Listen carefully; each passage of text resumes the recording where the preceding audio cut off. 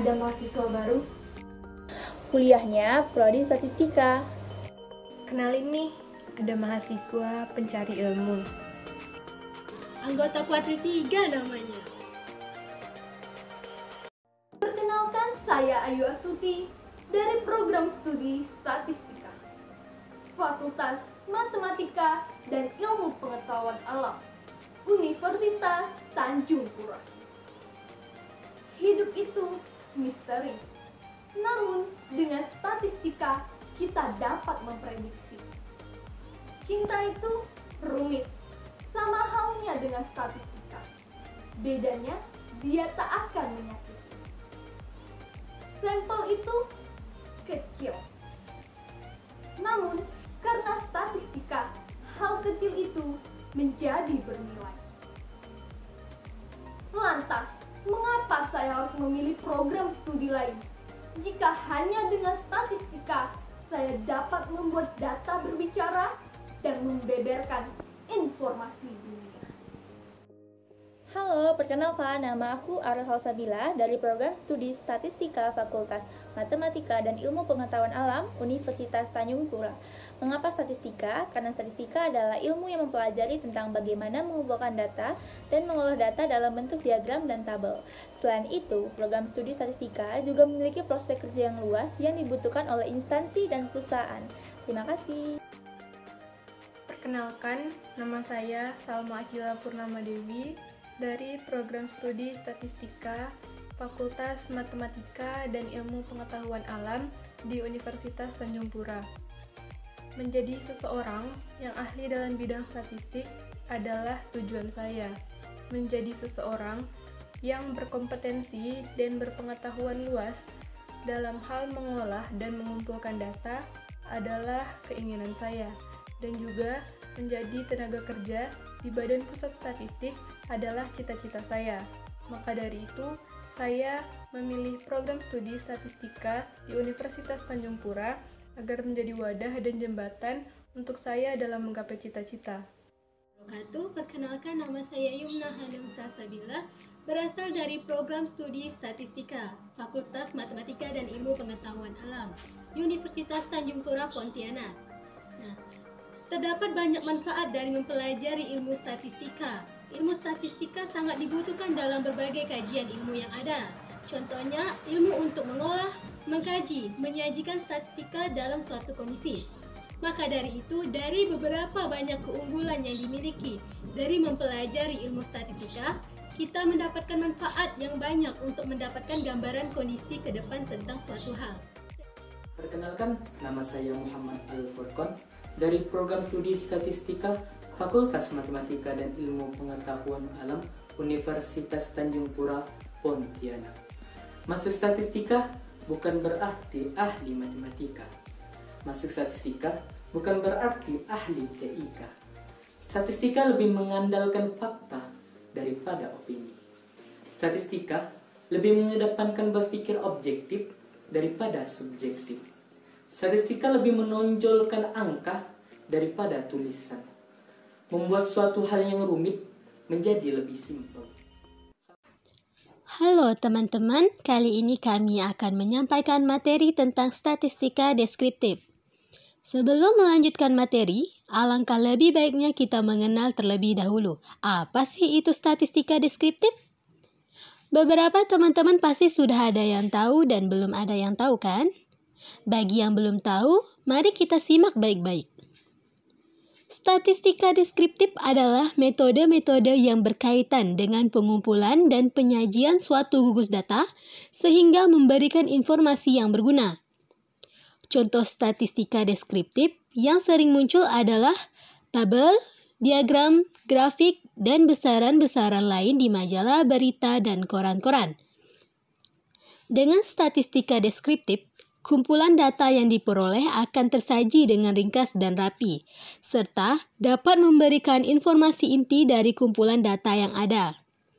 Informasi yang dapat diperoleh dari statistika deskriptif ini adalah ukuran pemusatan data, ukuran penyebaran data, serta kecenderungan suatu gugus data. Dalam ukuran pemusatan data, kita mengenal namanya rata-rata. median, dan modus. Kelompok kuartil 3 akan menjelaskan mengenai median dan modus, namun tidak dengan rata-rata, karena data kami yang berupa data kualitatif tidak memungkinkan kami untuk mencari rata-rata. Selanjutnya, dalam ukuran letak data, kita mengenal namanya kuartil, desil, dan persentil. Kelompok kuartil 3 akan menjelaskan semuanya. Dalam ukuran penyebaran data, kita mengenal namanya jangkauan antar kuartil, simpangan kuartil, simpangan rata-rata, ragam atau variansi, simpangan baku, dan koefisien variasi. Nah, kelompok kuartil 3 akan menjelaskan jangkauan antar kuartil dan simpangan kuartil. Mengapa hanya itu? Karena kami tidak menjelaskan untuk yang berhubungan dengan rata-rata. Sekarang kita lanjut untuk mengkaji tabel berikut ini. Mari kita perhatikan tabel dari pencari kerja terdaftar menurut pendidikan tertinggi yang ditamatkan dan jenis kelamin di Provinsi Kalimantan Barat tahun 2019. Di dalam tabel, tamatan terakhir terbanyak pada laki-laki yaitu terdapat pada sekolah menengah atas dengan jumlah 5.032 jiwa dan jumlah tamatan terakhirnya yang sedikit terdapat pada yang tidak pernah sekolah sama sekali dengan jumlah 1 jiwa. Pada perempuan, tamatan terakhir terbanyak terdapat pada sekolah menengah atas dengan jumlah 1.952 jiwa dan tersedikitnya terletak pada tidak pernah sekolah sama sekali dengan 0 jiwa. Jika laki-laki dan perempuan dijumlahkan, maka jumlah terbanyak tamatan terakhir terdapat pada sekolah menengah atas dengan jumlah 5.032 jiwa. Dan tamatan terakhir yang tersedikit terdapat pada tidak pernah sekolah sama sekali dengan jumlah 0 jiwa. Sekarang, mari kita lanjut mengkaji dan menghitung data tabel tersebut. Yang pertama adalah modus atau dilambangkan dengan MO. Modus adalah penjelasan tentang suatu kelompok data dengan menggunakan nilai yang sering muncul dalam kelompok data tersebut, atau bisa dikatakan juga nilai yang populer. Dalam tabel distribusi, data pencari kerja terdaftar menurut pendidikan yang ditamatkan dan jenis kelamin di Provinsi Kalimantan Barat tahun 2019. Nilai yang sering muncul yaitu 3.080 untuk laki-laki dan 1.952 untuk perempuan yang terdapat pada jenjang SMA. Selanjutnya yaitu kuartil. Kuartil adalah nilai yang membagi sekumpulan data yang terurut menjadi 4 bagian yang sama. Terdapat 3 buah kuartil yang didapati dari suatu gugus data, yaitu kuartil 1 atau biasa disebut dengan kuartil bawah, kuartil 2 atau median, kuartil 3 atau kuartil atas. Sekarang, ayo kita cari kuartil 1. Pertama-tama kita akan menghitung kuartil dalam bidang laki-laki.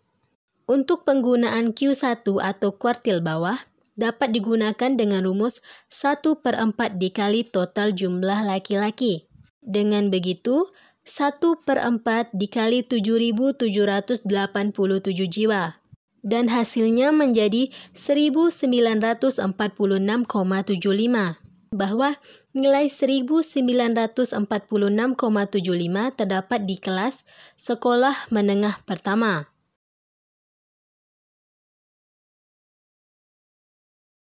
Apa itu desil? Desil merupakan bilangan yang difungsikan sebagai ukuran pemusatan data menjadi 10 bagian yang sama. Artinya, secara matematis, desil biasa dilambangkan sebagai huruf D. Karena desil membagi data menjadi 10 bagian, maka biasanya dasar penghitungan desil memakai angka persepuluhan. Rumus desil data tunggal adalah DI sama dengan I dikali N plus 1/10. Keterangan D yaitu desil, I yaitu bilangan bulat kurang dari 10, N yaitu banyaknya data. Di sini kami mencari D2 untuk laki-laki. D2 untuk laki-laki sama dengan nilai data ke 2/10 dikali 7.787 ditambah 1. sama dengan nilai data ke 1557,6.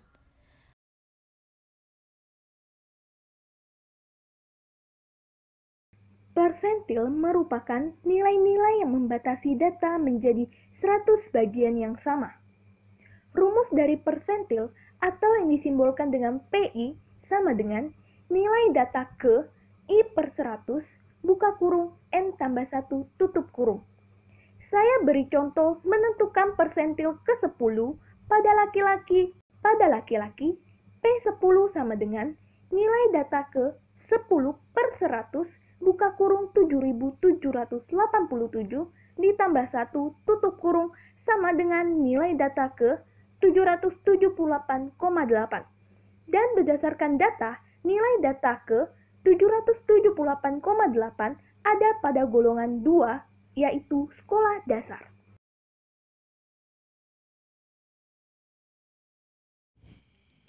Apa itu simpangan kuartil?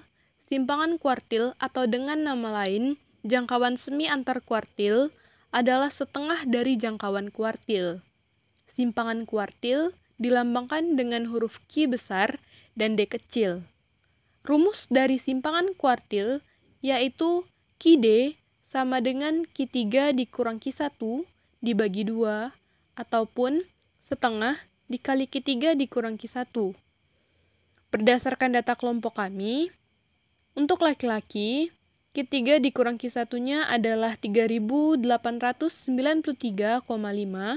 dibagi 2 hasilnya 1.946,75. Jangkauan antar kuartil merupakan selisih antara kuartil atas atau Q3 dengan kuartil bawah atau Q1 dengan rumus JQ sama dengan Q3 dikurang Q1. Keterangan JQ sama dengan jangkauan kuartil, Q1 sama dengan kuartil ke-1, Q3 sama dengan kuartil ke-3. Dalam tabel distribusi, data pencari kerja terdaftar menurut pendidikan tertinggi yang ditamatkan dan jenis kelamin di Provinsi Kalimantan Barat tahun 2019, jangkauan kuartil pada jenis kelamin laki-laki yaitu J1 sama dengan Q3 dikurang Q1 sama dengan 5.840,25 dikurang 1.946,25 sama dengan 3.893,5.